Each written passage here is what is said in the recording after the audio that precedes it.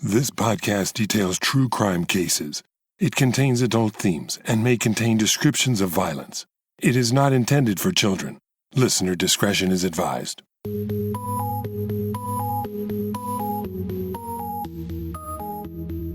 Thank you for joining me for this episode of Once Upon a Crime.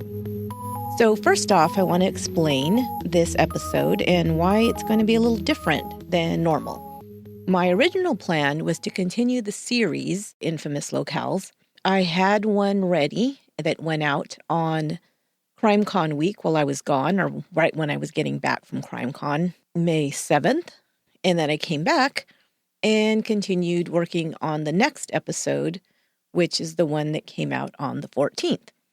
So after that, of course, my following Monday was going to be episode 90 on May 21st.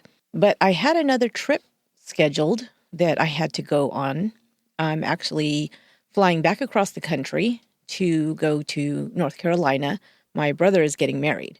So I realized when I got back that I really didn't have quite enough time to do justice to the next episode that I wanted to do as far as getting all the research done.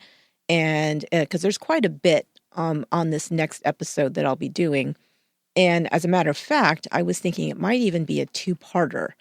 So I didn't want to rush it. So to that end, I decided what I was going to do instead was to give you guys an episode that's kind of a wrap-up episode as far as what happened at CrimeCon and some extras too, not just, what happened and what I did, but also kind of what I learned and talking a little bit about some cases that you guys I know are very fascinated with like I am.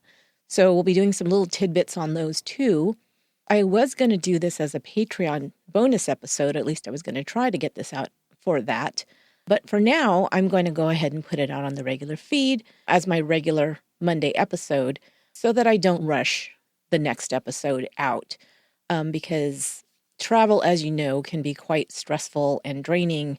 And everything else that I have to do while I'm, with family and all that, it's going to make it a little difficult for me to actually work while I do that. So I didn't want to cheat either one. I guess I put it that way. I don't want to cheat family. I don't want to cheat my listeners. And so I decided to do this way. But I hope you enjoy it because I have been putting the notes together for this for the last day or two. And I'm really kind of excited about what I'm going to share with you guys.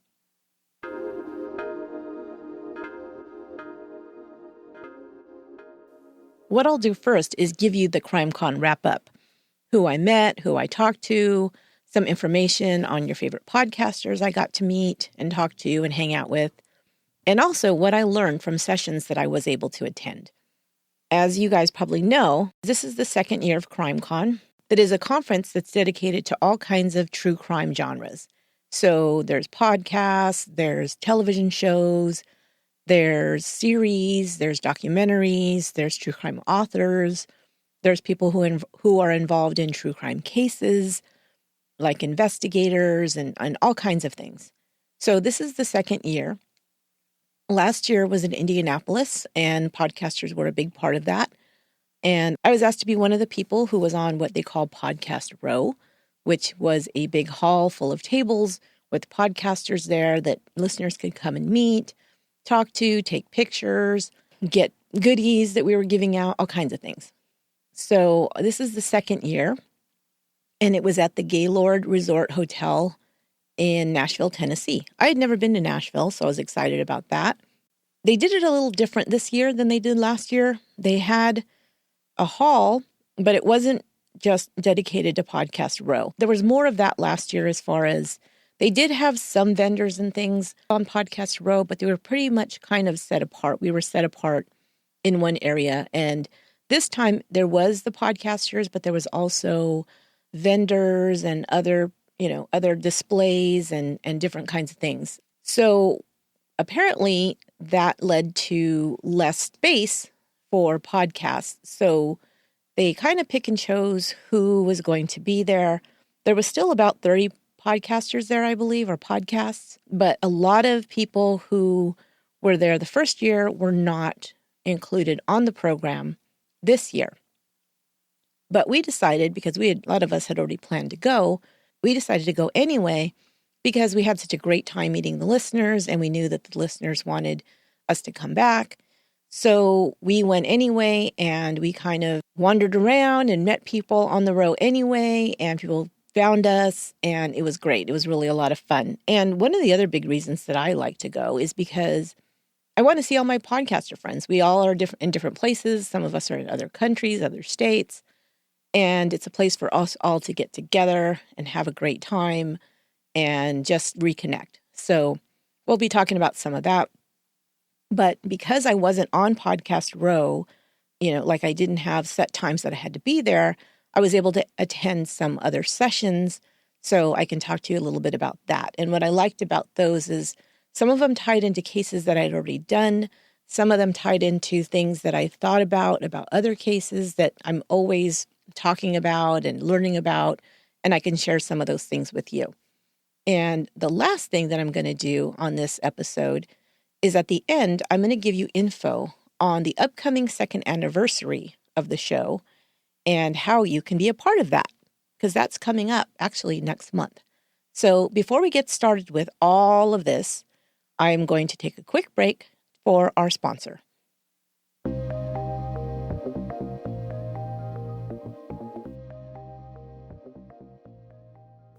As you guys know, I've talked before about my dogs, Zoe and Riley, and I always want to make sure I give them the best. So I was really excited about our new sponsor, Canaday Pet Foods.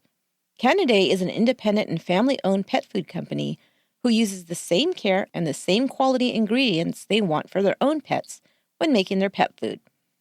In keeping with their commitment to pets and their people, Canaday has taken the first steps at Canaday Farms to getting involved to growing some of the ingredients they use. Canaday has 5-star rated top-reviewed pet foods. They work with farmers and suppliers for the very best ingredients. I won't lie. My dogs are a little bit pampered, but that's okay. We want to give them the best. We want to make sure they're healthy, because if they're healthy, they're happy, right? And I was really excited about all the options that you have for pet food through Canaday. They have formulas for puppies, for seniors, and anything in between, and even picky eaters like my dogs. Go to Canaday.com/podcast to try Canaday for free by requesting a free sample, and you'll also get other special offers. That's CANADAE.com/podcast. And thanks for supporting the show.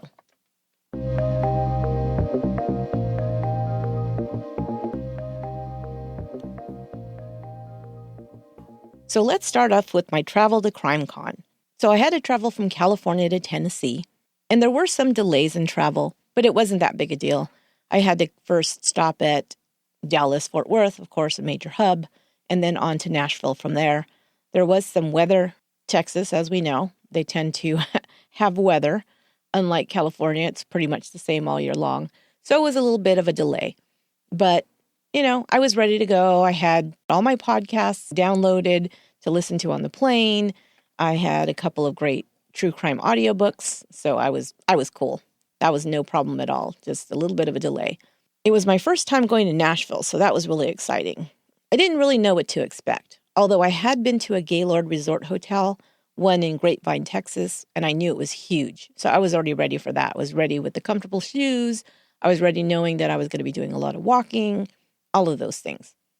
So, of course, when I did arrive finally, it was a little bit late. Not super late, but it was later than, it was like after dinner time. There was going to be like a dinner meetup with a lot of podcasters who were coming in on Thursday because the actual conference started on Friday afternoon. But I didn't make that because they were doing it kind of away from the hotel. And by the time I would have got there, it would have been too late. So got to the hotel. And of course, the size, it was huge. It was, the Gaylord Resort hotels, if you guys haven't been there, it's like a little city.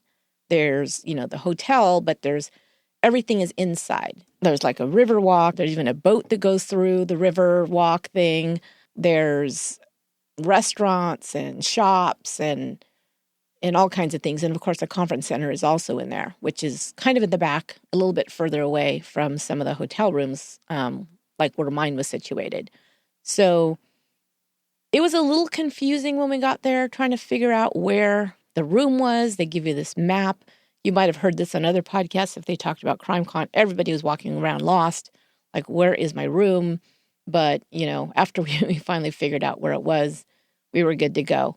But it was beautiful in there. It's a beautiful, beautiful resort. And it was just really, really a nice place. So, as I said, I got there a little bit late. My sister, Yolanda, from Not Perfect or Functional, was there with her husband, Mark, who is also the co-host of Not Perfect or Functional podcast. And we met up for dinner that night because we both got there. I think she got there a little earlier than I did. She actually had to drive in. She is from Texas. But she drove, although it was a long drive, she was able to drive. And we kind of met up that night. So that was pretty much it for the first night, just kind of figuring out where to go, where we're going to be and all this. And really what we were planning to do the next day is all we had to do is register and then kind of start with the conference that started around noon or 1 o'clock. So the next morning, I started kind of early because I actually had a meeting there in the morning where I had somebody who was coming in from another place who was going to be in Nashville and be at the convention, and we decided to meet up that morning. So went downstairs. It was, around breakfast time, and the first thing I did was run into Justin and Aaron from Gen Y. They were just getting there. They were just checking in, and they had, their suitcases and get ready to go to their room, and they had their little map, and they said, "Oh, we're trying to figure out where to go." They gave us this map. And I said, first thing you need to know is that map will do you no darn good. So they were like, oh, God, this is not good. So I tried to direct them because they were kind of in the same general area I was.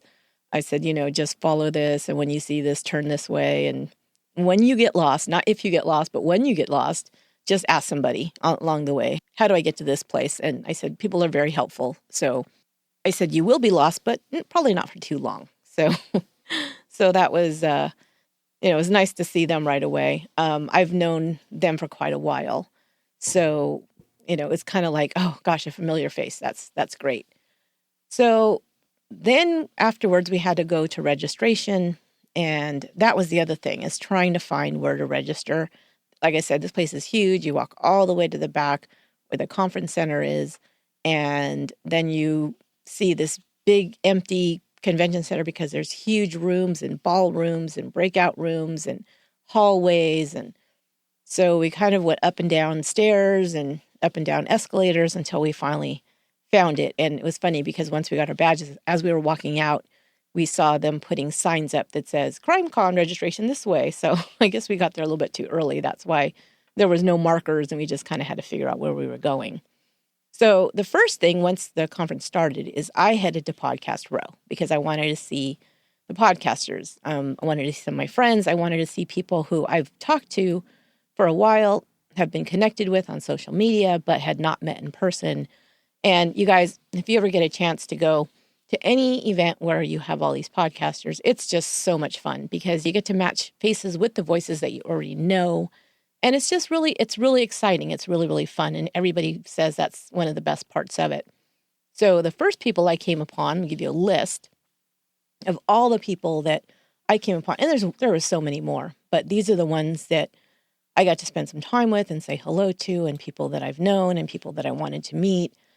So Erica Kelly from Southern Fried True Crime was there. She's amazing. She's so cool and fun and down to earth and funny. And I just loved her. And I knew I would because I love her show and I love what she does. And I just knew I'd love her. So she was there. Stephen from Trace Evidence was there. Like me, he was kind of wandering around because he didn't have a table, but he was easy to find because he had his shirt on. And of course, I've seen pictures of him, so I knew what he looked like. So he was there. And I know I've kind of promoted his show on my podcast. He does an amazing show. My sister, Yolanda, talked to him for quite a while about one of his cases because she had gotten really into the details of it and got to spend some time and really pick his brain about that case. So that was a lot of fun. I first met Mike. I hadn't met him before from Dark Poutine podcast, another Canadian podcaster. He's a real fun guy. I'm really starting to listen to his podcast now. The thing is, when you're podcasting, it's really hard to find time to listen to all the podcasts you want to. But once you kind of get to meet some of these guys, you're like, oh my God, I have to listen to this podcast because I just love this guy so much and he's so fun. And and so I just started listening to some of his episodes now. Of course, Charlie from Insight was there, and Charlie and I have pretty much started our podcast almost at the exact same time. I think she was a little bit before me, maybe a few weeks or a month. And Charlie's amazing. She's awesome. If you guys don't listen to Insight, you should definitely be listening. So her and Allie do great research, and then they do like a discussion type, kind of like Gen Y does. But they're, two women instead of the two men like at Gen Y, but they do a great show. So she was there, and she was kind of like, I want to call her like the den mother of Podcast Row. And I didn't tell her that, but maybe I should, because she had told us she had a table, and she said, if any you guys don't have a table, you can come and you can bring stuff to put down. So I had brought a whole bunch of buttons, these little buttons. I thought, oh, those are fun. Oh my gosh, people love buttons. I realized I should have brought more buttons and stickers and things, and put those down there. And that was also kind of like the hub of where we would go to check in and meet up with people and whatever, because Charlie, everybody knows Charlie. And that was kind of the marker of where we were all going to congregate when we didn't have a home on Podcast Row. So that happened. Other people I saw there were Haley and Jess from Murder Road Trip, which was fun to see them and hang out with them a little bit. Everything moved so fast that it was hard to spend a whole lot of time with people on Podcast Row. Lainey from True Crime Fan Club was there. Eileen and Colleen from Misconduct. Tyler and Beck from Minds of Madness. Now, I had never gotten to meet Tyler and Beck before. They're also Canadian podcasters. I love his show. It's amazing. You guys, if you haven't started listening to Minds of Madness, that's one is just so, so well done. And so they were there, and it was funny because he was standing at his table and he was kind of fanning himself, and he said, it's too hot in here, although we're inside and it's air conditioned, but he was kind of by like a big window. So I think there was a little bit of heat coming from there. And he just explained, he's from Canada. They don't do heat. They don't understand this southern heat thing, which I totally get. So he was trying to keep himself cool there, but he had a lot of people coming over to talk to him as well. Marissa from The Vanished was there. Of course, she's very popular and she does a great show. She was there. Lisa from Crime and Precedents, like me, was wandering around. Lisa was also there last year. A lot of us were there last year, actually. The Vanished was there last year. Crime and Precedents was there last year. Insight, I was there. Nina from Already Gone. So these people were there. Nina from Already Gone was there. You guys probably know Nina. She has a great show about missing people and unsolved cases. Christy from Canadian True Crime, who I really was excited to meet because we back and forth had talked over social media and things like that, but I finally got to meet her. Laura and Brooke from The Fall Line. They're just so much fun. You guys, I don't know if you listen to The Fall Line. It's a serialized podcast. They finished their first season, which was an amazing case. And then the second one, I believe they're starting their third season now, or their third series now, I should say. But yeah, check them out because they're awesome. So they were a lot of fun to hang out with actually all weekend. I kept running into them and hanging out with them. Steven from Is This Adulting was there. He's so funny. He was like, he started talking and I knew his voice. And I said, oh, you're Steven. And he looks at me like, how do you know me? And it was like, yeah, we know you. Hello. And he was very surprised because he's like, I didn't think anybody would know me. I'm like, no, if you listen to podcasts, you get to know people's voices and you're like, oh, that's you, so it was really fun to kind of do that. Everybody's walking around listening to everybody and saying, oh, I know who you are. So while I was there that morning on Friday or afternoon, I did a live video on Facebook. It's pretty short. But if you want to check that out, you can kind of see what it looked like and how loud it was and how busy it was. And that's still, I believe you can pull that up on the Facebook page and watch that. It's only a couple minutes long. So, of course, the rock stars there on Podcast Row would be Bob Ruff from Truth and Justice. He had a bunch of people around his table. Aaron and Justin, of course, from Gen Y are always very popular. And they had a lot of people coming up, to see them and take pictures. And then Nick and the Captain had a line out the door of people waiting to see them. So at that time, when I saw these guys, I'm like, okay, I'll talk to them later because I am not standing in a long line. And I know I'll see them later. So I just kind of, as I walked by, waved and kind of said, I'll see them later. But the sessions, when I go into the sessions, I'm going to do a little bit of information on some of the things I learned, at least on a couple of these. So the first session I went to was Diane Lake, and she was one of the very, very young members of the Manson family. She lived out on Spahn Ranch. She wrote a book called A Member of the Family, and I did go see her presentation because I'm always very interested in the, Charles Manson case and all of that. So she was very interesting to listen to. She was able to give some kind of like take you into what it was like to be on Spahn Ranch, how she ended up there, talking a little bit about her background. She was kind of pretty much abandoned by her parents, who decided to join the hippie counterculture at the time and as what they call drop out. And so she ended up with the family, the Manson family, as it would later be called, and end up living out on Spahn Ranch. She was the one who apparently, when Leslie Van Houten came back, I believe was from the La Bianca murder, that she told her what had happened. So it's a very interesting book if you guys haven't read that book yet. I have not, but I've perused it a little bit, and I did get to see her presentation. So if you're interested in that at all, that might be a book you want to check out. And then I was really interested to go to Jim Fitzgerald. His session was cracking the Unabomber case. If you know Jim Fitzgerald, he worked with the FBI, and he's an expert in forensic linguistics. And he talked about the Unabomber case, which I was really interested in. I had followed it, a long time ago. I had just recently went to the FBI experience at the FBI building in Washington, D.C. I had also gone to the museum in Washington, D.C., where they have the Unabomber cabin. So that was kind of on my mind already.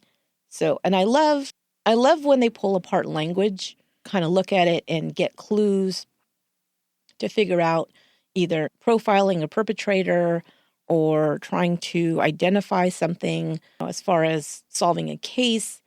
And so I love that kind of stuff. If you remember this, I don't know if you've seen this or if you read any of his books or you've seen on one of the documentaries where he talks about the Unabomber case. Of course, the Unabomber had sent the manifesto, that whole thing, right? So he was the person who took the letter and went through all those words, all those sentences, and kind of pulled out things and said, how could we maybe identify who this person is from the language that he uses and the way he uses it? So that's fascinating to me. The manifesto was hecka long, and I guess he had to go through like tons of words and things. But one of the ones that I remember, and he talked about it as well in the presentation, is that the Unabomber had written a phrase that said, you can't eat your cake and have it too. And if you guys know that saying, the saying goes, you can't have your cake and eat it too. But he said it mixed up.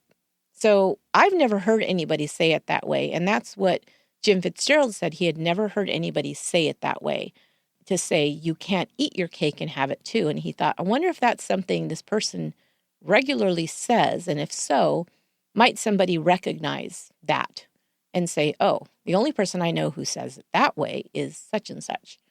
So that's kind of what happened. At least that was one of the clues from the manifesto. And if you remember the case, maybe from, the Netflix thing that just came out, which of course was dramatized, but he talked about that as well as what parts of those were actually, correct. And they did base it on the actual case, but some of the people were composite figures and that kind of thing. But if you remember, they wanted to get the whole manifesto published.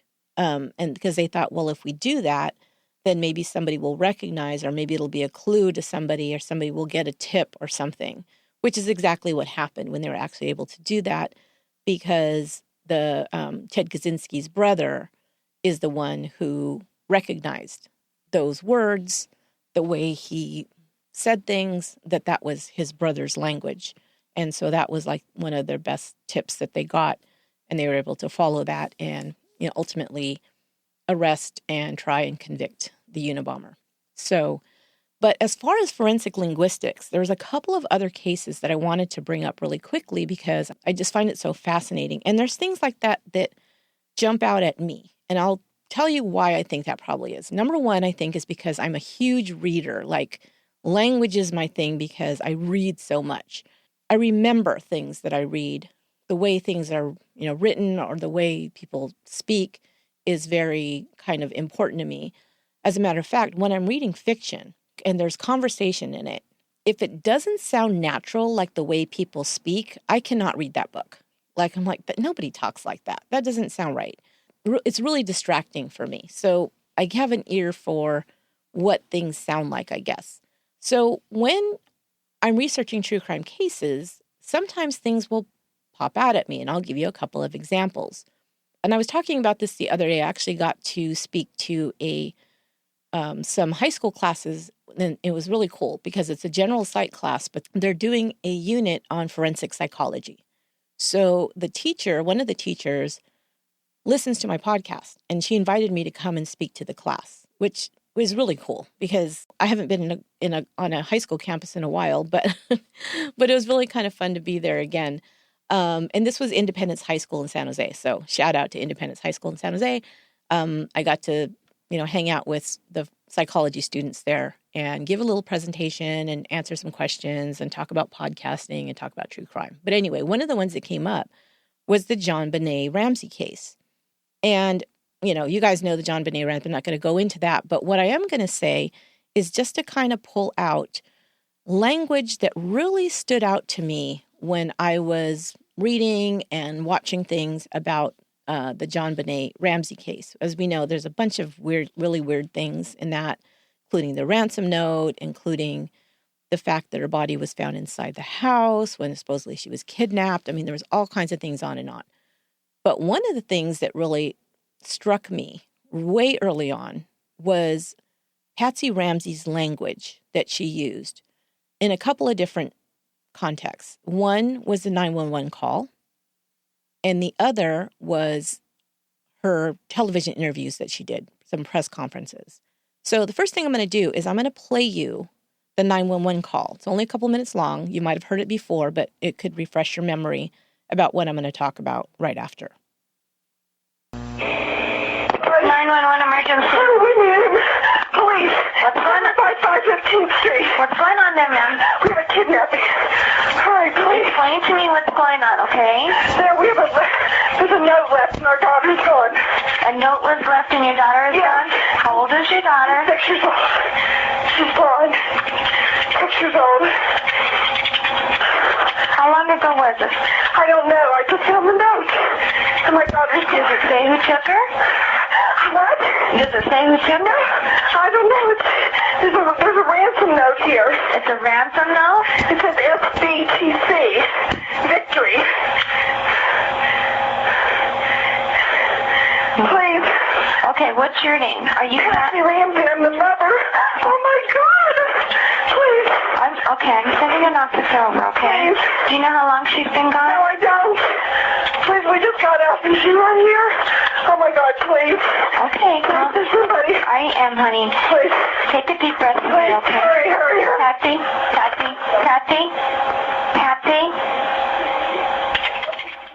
So after listening to that, maybe it jumped out at you too. But the number one thing that stood out to me was that she doesn't mention her daughter first. The first thing she does is she says, I need the police. Now that could make sense because you're trying to get help. So I have no problem with that. But then she says, we have a kidnapping, which to me was really odd because I thought the first thing you would say would be, my daughter's been kidnapped, or somebody took my daughter, or my daughter is missing, or my child is missing, or my baby is missing, that kind of thing. So she said, we have a kidnapping.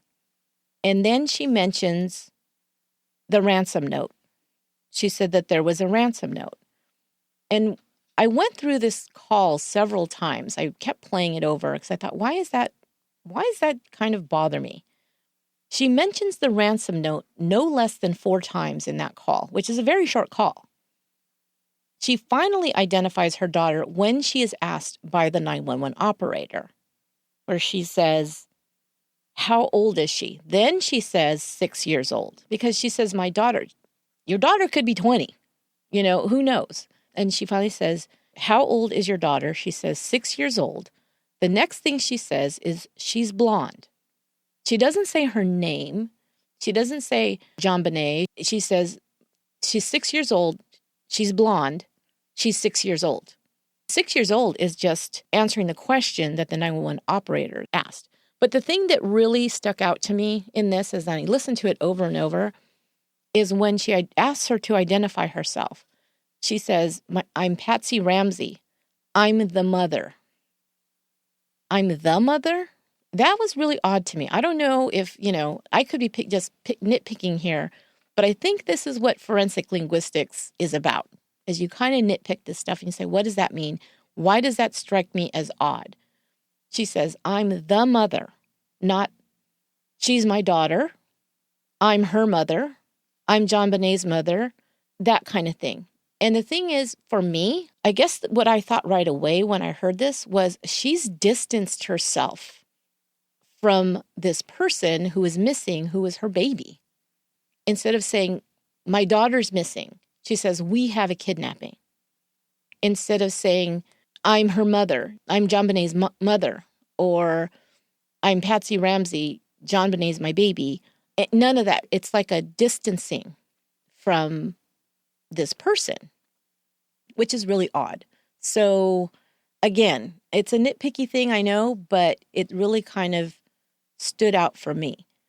And then there was other things later on that kind of played into that as well, where I felt like looking at all of the things that we found out later about her, it seemed like she was very close to her daughter. She did all these pageants with her. She spent a lot of time with her. The neighbors would say, and the friends and neighbors would say that she was always with John Benet. John Benet was her whole life. So she seemed like a very involved mother. It wasn't like, this kid had nannies galore and was never home. And so the fact that she's distancing herself with her language makes me feel like there was a reason for that. Like she already knew what happened to her, or she was trying to distance herself from whatever had happened to her. So that was kind of what came out for me. So then, because I was so interested in that, I went to, if you guys saw, it came out last year, 2 or 3 part special on CBS called The Case of John Benet Ramsey.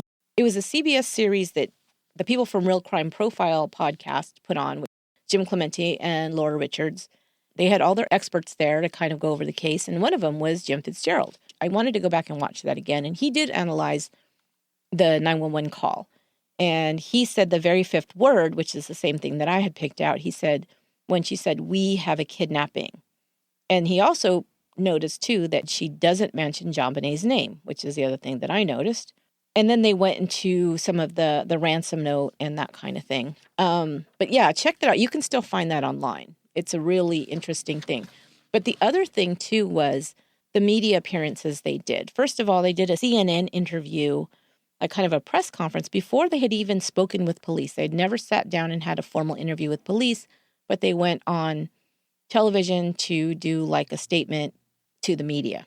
That one, if you remember, was one that people just thought, I don't know what's going on with this woman, but it seems kind of fake. I mean, she seemed upset, of course, but some of the things that she said, again, seemed to me was a little bit like she was distancing herself.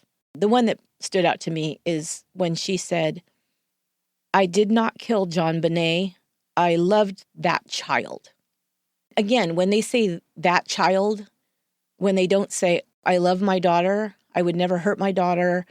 When she says that child, again, that's a distancing thing to me. Just a little bit odd. So then they went into, like I said, the ransom note and some of the words that were used there. But if you guys want to watch that, you should check it out if you haven't seen it, but you can find it. So one more case I wanted to talk about, and I did actually bring this up on a Patreon episode, but it was something that just kind of, again, it was my thoughts, my ideas. It's not, as far as I know, ever been investigated or analyzed or talked about or anything on anything that I know of.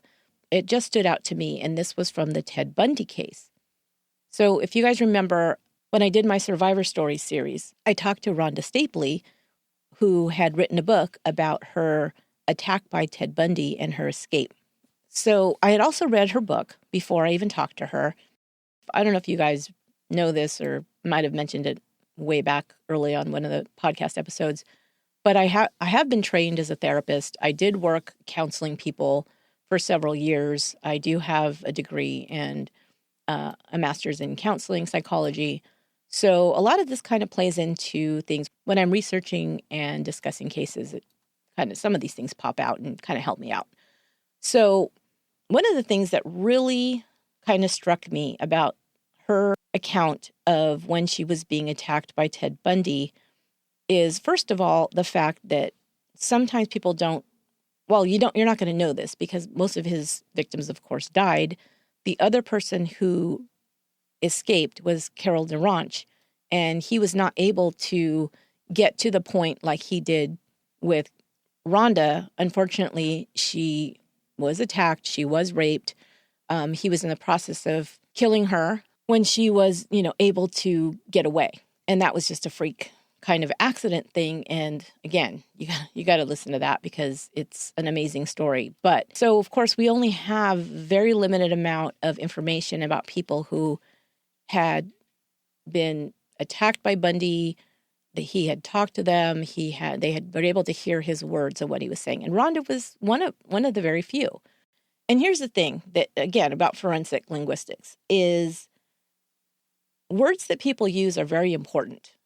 They're not used lightly, especially when they're used when somebody is angry or stressed or it's an intense kind of reaction, and the words they use are very important. And again, this is something I learned as I was counseling people and listening to people and responding to what was going on with them. So what he said to her, and she remembered it very, very clearly, was as he was choking her until she passed out, but he wouldn't choke her till she died. Then he'd let her come to. Then he'd do it again. And it happened 2 or 3 times. And it was just the last time he thought that she was out for the count, I think, and she wasn't. And that's how she ended up being able to somehow escape. But when she came to one of the times, she was, screaming and crying and begging for her life and saying, let me go. If you let me go, I'll never tell anybody. All of the things that you would say if you're trying to save your own life. Well, when she did that, when she was crying and begging him, he got very, very angry. She said up until that time, he was pretty calm.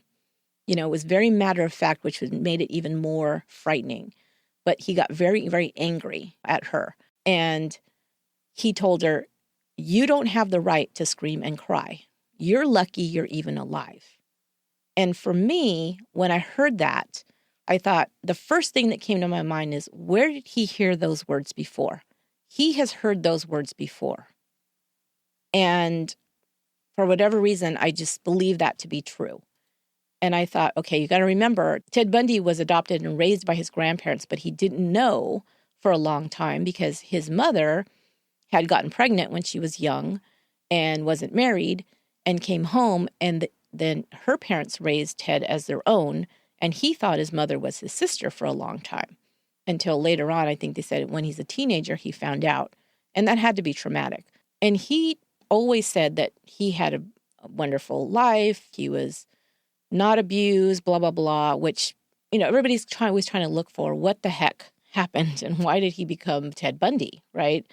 But he, insisted that he had never been abused, that everything was fine, that he didn't have any problems. Later on, he would say that it was tied to pornography. But it seemed like that came out way later on. It wasn't something that he talked about, early or anything. So we don't know whether that's really a factor or not. But I wonder if he wasn't at least verbally abused by his perhaps grandparents. And I'm thinking this sounds like a male speaking to him. You don't have the right to scream and cry. You don't have the right. That sounds like a parent. That sounds like an authority figure telling you what your rights are and aren't. So I kind of wonder if that wasn't maybe his grandparent, maybe his grandfather. You're lucky you're even alive. I'm thinking you can extrapolate that and say, you're lucky we even take care of you. You're lucky you even live here. You're lucky we didn't just give you to an orphanage because you're an illegitimate child. You're not ours. So that, again, just a theory. It's my theory, but it really popped out at me again. And this has to do with the whole idea of forensic linguistics that I find really fascinating. So you can tell me what you think of that, or you think it's a bunch of malarkey, whatever. It's fine with me. I just found it very interesting. So before I get to the rest of what I learned at CrimeCon, we're going to take another quick break from our sponsor.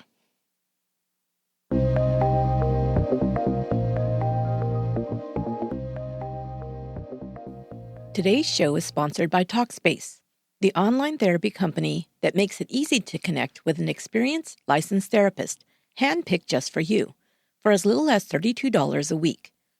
Guys, I don't know if you're aware of it, but I worked in the field of counseling and therapy before I became a podcaster. One of the most frustrating things for most clients was, 1, finding a therapist they felt comfortable with. Sometimes you have to pay for several sessions to find someone you feel you're compatible with. 2, finding a therapist who is available to take new clients.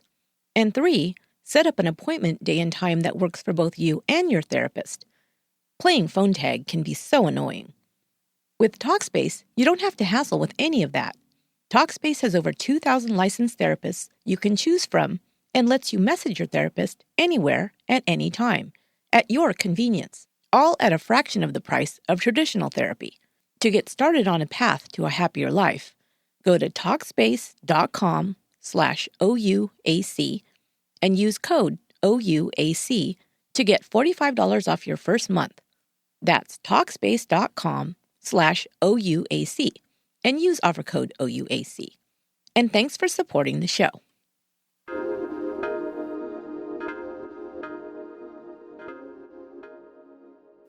Mother's Day just passed, and it's great to spend time with your kids, right? And maybe they tried, and don't get me wrong, you appreciate the sentiment, but the fuzzy slippers? Maybe they weren't exactly thrilling. So give yourself an awesome gift.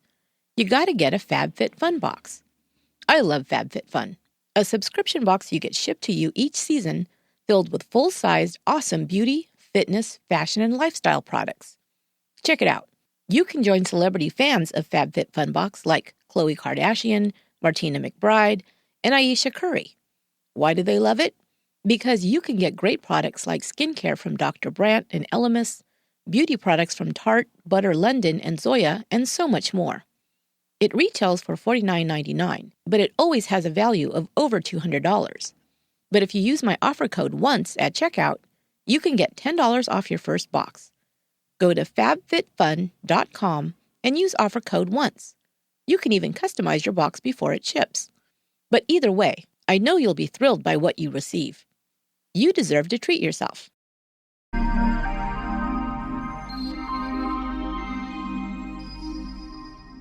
So, like I said, CrimeCon, there was a bunch of us that went, and we weren't on the program, but we decided what we were going to do because we didn't know whether our listeners were going to be able to find us that easy or whatever on Podcast Row. So we decided to put together a meetup Friday night. And it was going to be there at the hotel at a place called the Fuse Lounge. And we just put it out and let everybody know that we were going to be there starting at 8 o'clock, and anybody can come and just hang out at the bar, have a conversation, have a drink, whatever. So what happened was, like the week before CrimeCon was going to happen, the big guys also said, hey, we're going to be there too, and told their listeners. So Bob Ruff said he was going to be there, Aaron Justin from Gen Y, Nick and the Captain. So now we knew we were going to have a crowded house, right? So who was there? Listeners, of course, tons of listeners. It was hard to get names and remember them.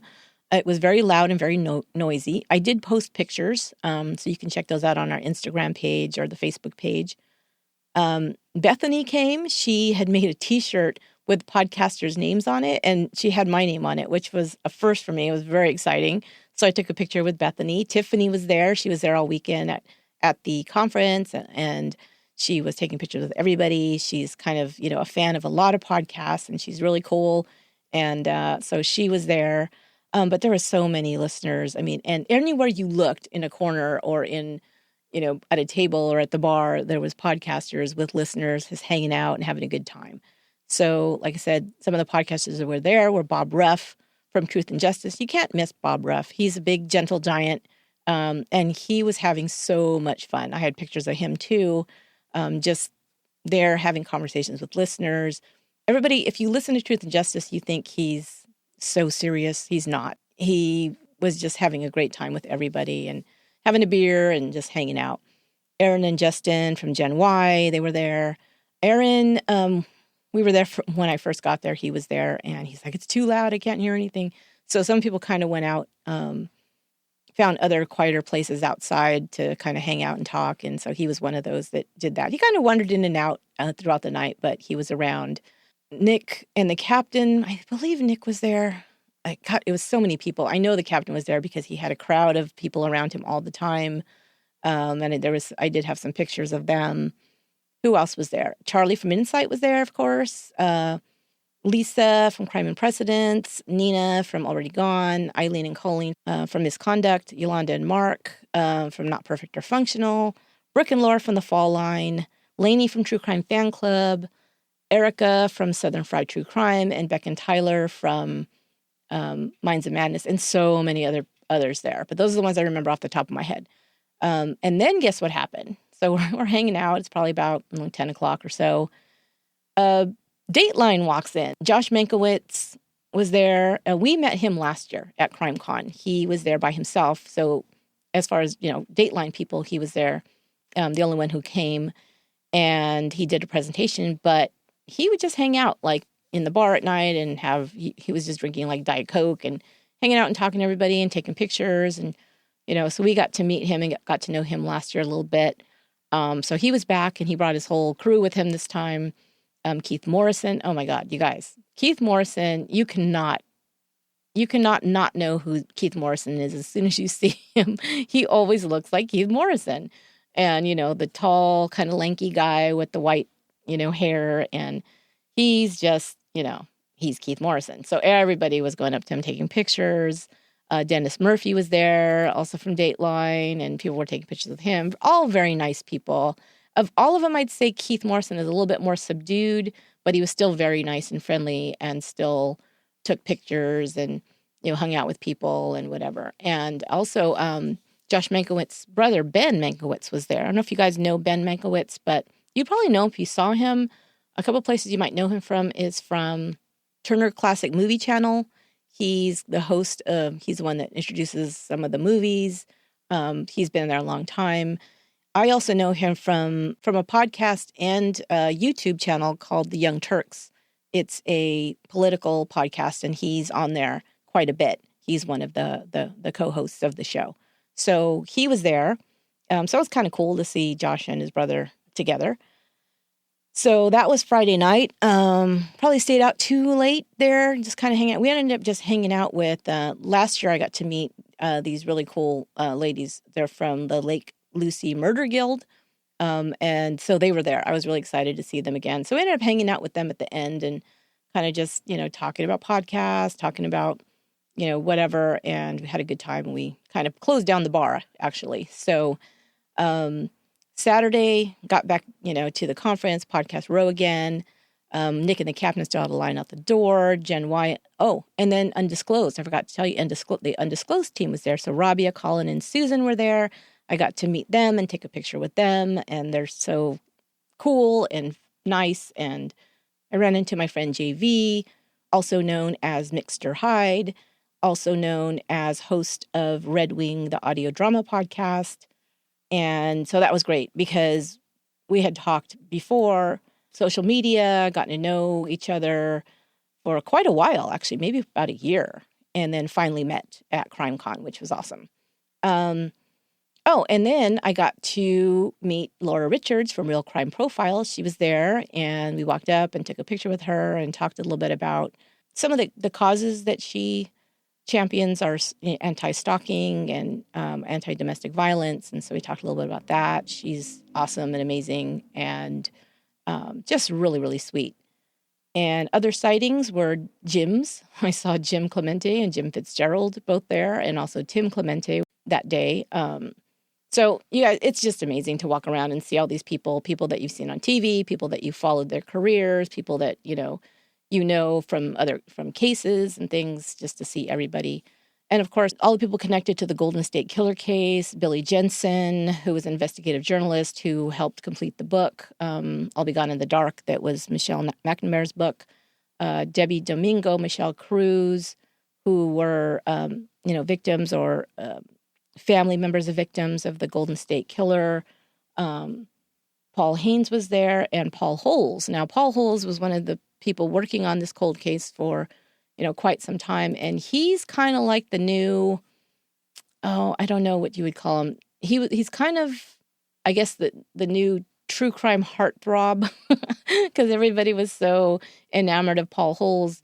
And as he was at CrimeCon, he just started Twitter, and he sent out his first tweet. So now you guys got to go follow Paul Holes on Twitter. He's amazing. He's really nice guy, you guys.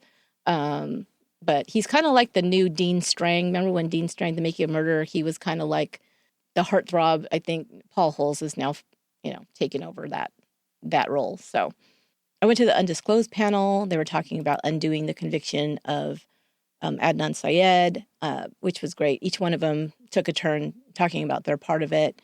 And they're all very, very good speakers. Of course, if you listen to Undisclosed, you know that. So that was fun to see them do that live. Bob Ruff, he was talking about the misconceptions in the West Memphis 3 case. And he had this whole slide presentation of the whole map, like what he's been talking about on the podcast, which is the West Memphis 3 case, taking each piece of it and kind of breaking it all down the way he does so great. And he had the slide presentation, too, with the maps of where the boys went and the timelines and all this.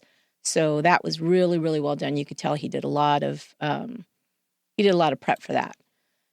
And then the last one was the Dateline panel. So the first thing they did was play a video of the Bill Hader, if you know Bill Hader used to be from Saturday Night Live. But he does impressions of all the Dateline people. So it was cool to watch him do the impressions as they were watching it. So it was really fun. It was moderated by Ben Mankiewicz, by Josh's brother. So he was there. And one of the things that I thought was interesting is they were talking about striking a balance between entertainment and sensitivity to victims and families. And that's something we talk about a lot too, as far as true crime. Like they were saying this, we know that on one hand, this does provide entertainment value, these Dateline stories that we present. But on the other hand, we know that we're talking about real people who have had a tragedy in their lives. And we try to strike the right balance between those two things and try to be sensitive. And that's something I think that we all kind of try to do. They say that they often follow up with the families of the victims. They stay in touch with them. They kind of know what's going on. It seems like they really do care about the people that they report on. And I kind of feel like I don't get to meet the people that I talk about most of the time, but I feel like it's kind of the same on this podcast. Like there will be times when I might make a sarcastic comment or kind of a little bit of a aside, like a joke, but it's always at the expense of the perpetrator, of the criminal. It's never at the expense of the victim because, first of all, why would you do that? It doesn't make any sense. And second, sometimes you have to do it just to kind of break the tension. You have to oh God, I hate this person so much. So I have to, if I say this, it's just kind of like, just to show that this person is really a monster. So sometimes that's where that comes from. But I liked also they talk about how they try to hide the twist on the show on Dateline. So like they're telling the story, but of course they don't want to give away right away sometimes, like who was the one who was convicted of this crime.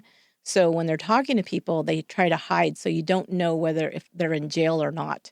And they have to go and do these interviews inside prison sometimes.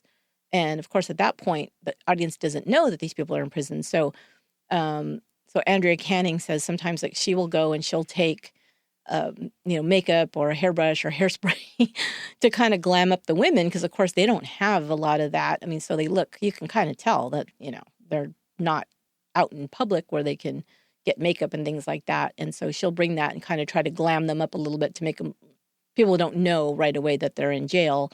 That's something they reveal later on. Or sometimes they'll hide the background of where they're sitting to make it look like they're not in a cell or in a prison room. I think one of them said at one point they actually took a painting off the wall in their hotel room and brought it to put it behind on this blank wall to make it look like maybe he was sitting in a hotel room. So just trying to be very creative with some of these things I thought was really interesting, just to show that when you're doing things on camera, you have to be aware of those things too. Then that night, we were going to get ready to go to the meetup that was the official meetup with Gen Y and Thinking Sideways and Truth and Justice and True Crime Garage. Was all going to be downtown Nashville, a place called Acme Feed and Seed, which is on Broadway Street, where they have all of the clubs and the honky tonks and the live music and stuff. But we were going to be going there. But before, we stopped downstairs at the hotel to have something to eat at this very small pub. There's only a few chairs and tables. And so I go in and I sit down, and my sister's sitting there, and we're looking at the menu. And all of a sudden I turn around, I go at the table next to us, I'm like, that's Juan Martinez. And Juan Martinez, as you probably know, it was the prosecutor who prosecuted the Jodi Arias case. And I knew he was going to be at the convention. He was going to be there Sunday, and I was looking forward to that. But he was, sitting right there. And I noticed that the people he was with, I don't know if one of them was somebody that was family member or a friend of his, but there was at least two of them that looked like they were just people that were at the conference who were just kind of ran into him, and they were sitting and having a drink and having a chat and, just hanging out and having fun. So that was really cool. But I really didn't want to interrupt him, because if you're always having dinner, you don't know how to do that. But I have a friend who came with me. Her name's Martha, and she's like, she wasn't at the conference. She just was there in Nashville. And she said, well, I'm not going to go to the conference tomorrow, so I'm going to go say hi to him. So she, and it did look like they were done. They were just kind of sitting there. They didn't have food in front of them or anything anymore. So she went and introduced herself. And before I know it, my sister gets up and she's talking to him, and she's calling me over. And he was very, very nice, super nice. And just, oh gosh, this guy, he laughs a lot. He, smiles and laughs, he's just having a good time. So that was fun to see, because, you see these prosecutors and they just seem so serious because, they're doing their job. But when they're not at their job, then you get to see their personalities, I guess. But he was super nice. I told him I was going to go see him the next day at the presentation. So, and he was just very, very nice about it. Took pictures with us and all of that.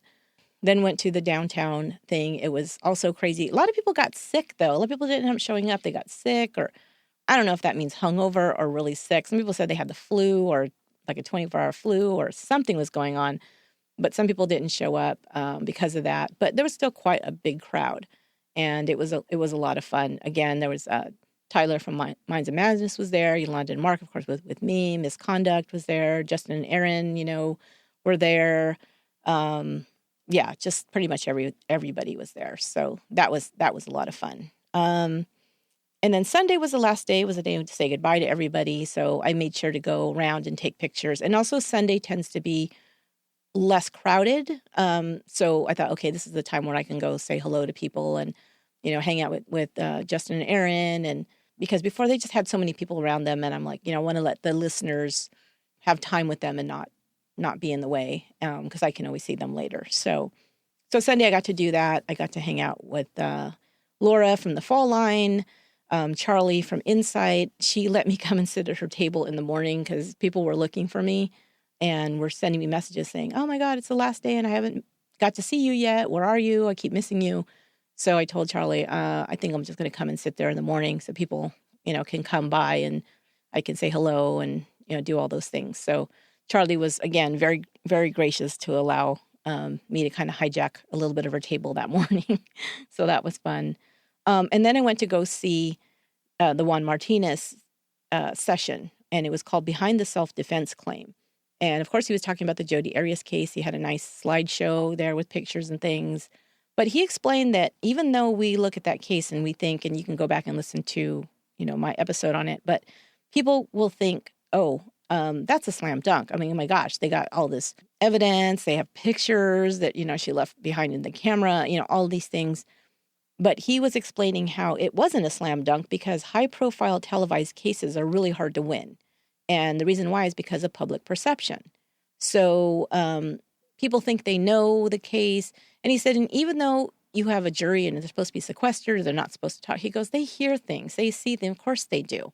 even coming into court, they see all the reporters out there and they may hear what they're saying as they're on camera. He goes, so there's a lot of information that gets to them. And of course, those are hard to win. He goes, and the other thing too is they want to be super, super careful because they know whatever their verdict is, that everybody knows, okay, that's the juror who said that this person's guilty or the juror who said this person's innocent. And they are very mindful of that. So they want to be very, very careful. So those are harder to win. He said, look at what happened with the Casey Anthony case. Everybody thought that was a slam dunk, and it wasn't. The OJ case, everybody thought it was a slam dunk. It wasn't. Again, these are things, cameras in the courtroom, media, all of this stuff. They're harder to win. So he knew that he had to be really, really careful about that. But as far as how things look, we see things from the outside. And he gave one example of sometimes the public perception can be, difficult. Like you can't win, put it that way. He said, so for example, when he was going to the courtroom each day, he would go between the buildings. So he wasn't going outside and then to the other building. So he never was in front of the cameras. Well, the news media was telling the DA, hey, we don't have any pictures of the prosecutor. We don't have any video to roll of the prosecutor for the nightly news or whatever.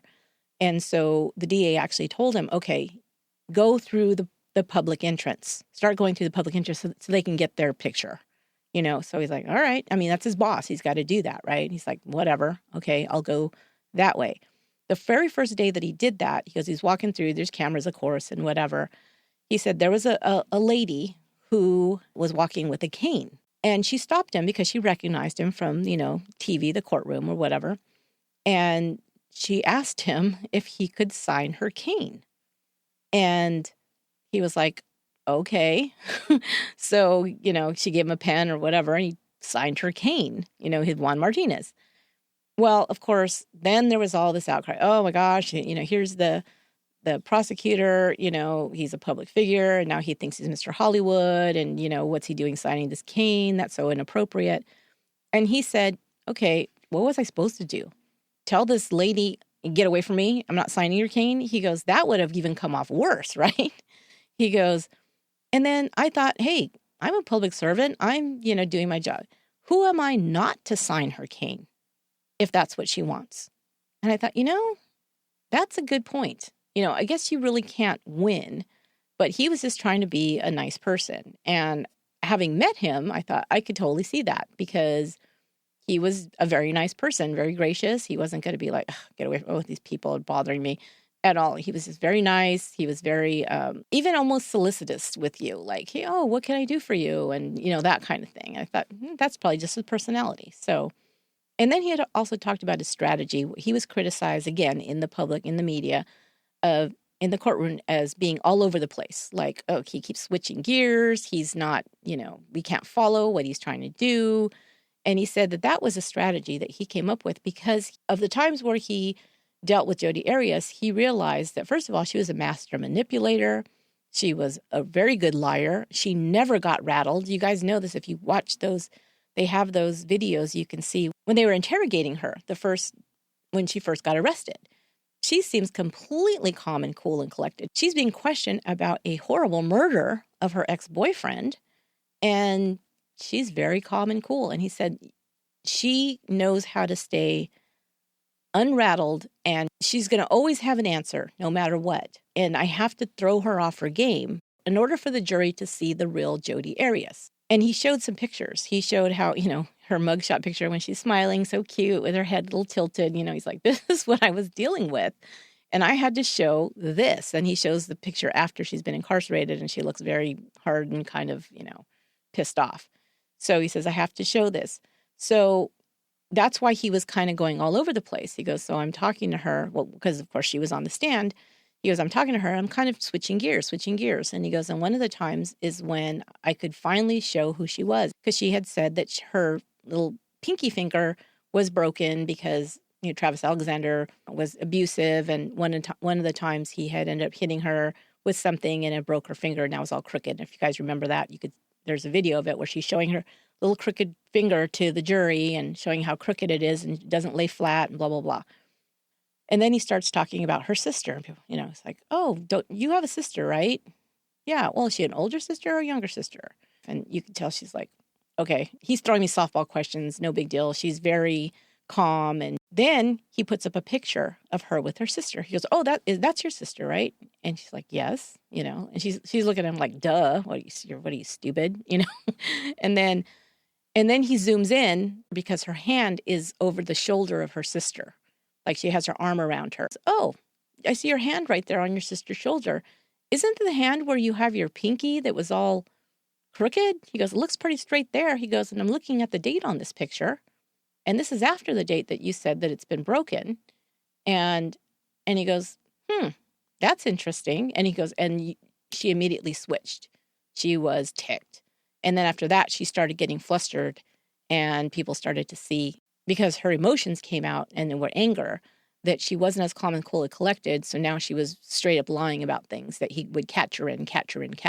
So the jury could see what she was really like, which I thought, see, this is why you can't always judge a book by its cover. He was using the strategy that nobody could see coming. And then that kind of changed the course of the trial. So I thought that was really cool how he explained that.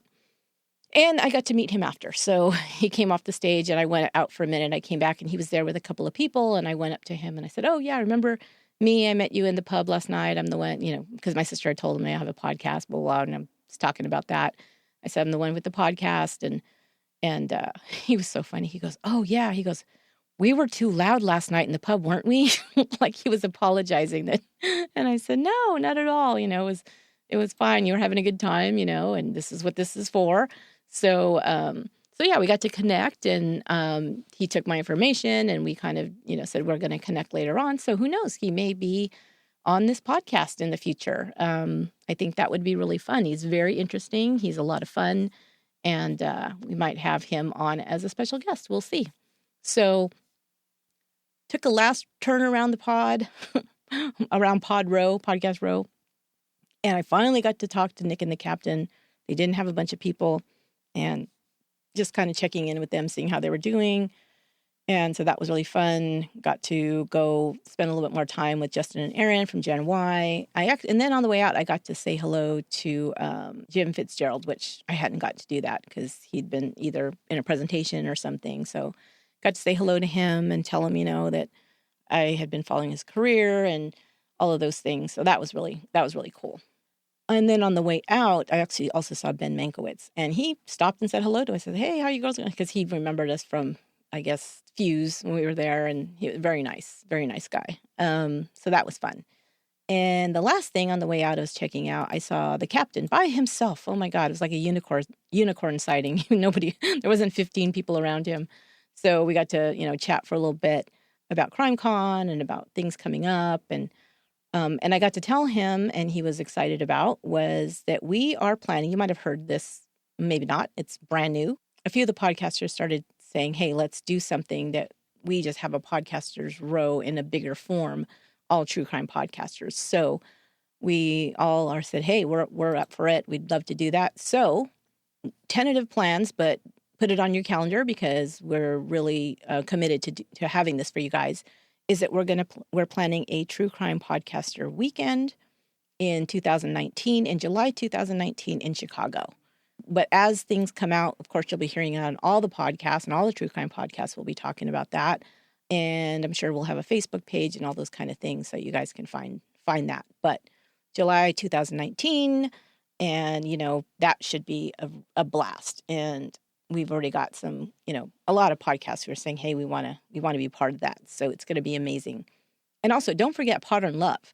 So Modern Love is August 10th through 12th this summer in New Orleans. So there's going to be panels, presentations, meetups with podcasters.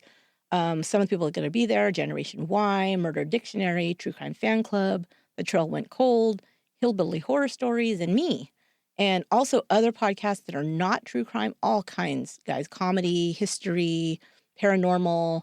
Check it out at www.podern.love. And if you use my code there, which is once, you will get 10% off of your registration. So check it out because it's going to be smaller. So you're going to be able to really spend time with the podcasters It's going to be a lot less expensive than some of the big conventions. It's going to be kept to a certain amount where it's not going to be huge. So it's not going to be as expensive. And the room rates here are about $129, which is amazing for New Orleans. So last thing, second anniversary show will be on June 4th. I launched this podcast on June 9th, 2016. So we're already going on 2 years, which is amazing. It went by so fast. And what I'm going to do a couple of things on that show. But one of the things I'd like you guys to be involved because, I mean, it's not a podcast without you guys. So I want you to be part of it if you want to be. So the way you could do that is you could record a greeting. Anything you want to say, you want to just say hello, you just want to say your name, you want to, talk about a memory of the podcast, whatever you want to do. And you can record a greeting because I need recording for the podcast. You can either email it if you have access to recording equipment. You can email that to Esther, ESTHER, @truecrimepodcast.com. Or you can just call our Google Voice line, and that phone number is 408-909-TRUE. That's 408-909-8783. And you can leave a recorded message there. So we're going to try to play as many as possible on the anniversary show. So that's going to be really cool. So if you want to be part of it, do that sooner rather than later, because we're going to put that together fairly soon. And that will do it for this episode of Once Upon a Crime. I am looking forward to going into my second year of podcasting for you guys, and it's going to be amazing. I have so many great series that I'm planning. Make sure that you're following me on Twitter @UponACrime, on Facebook and Instagram at Once Upon a Crime Pod. You'll get to know what's happening as soon as I know. All right. So thanks very much. You guys have an amazing week. And till next time, be good to one another.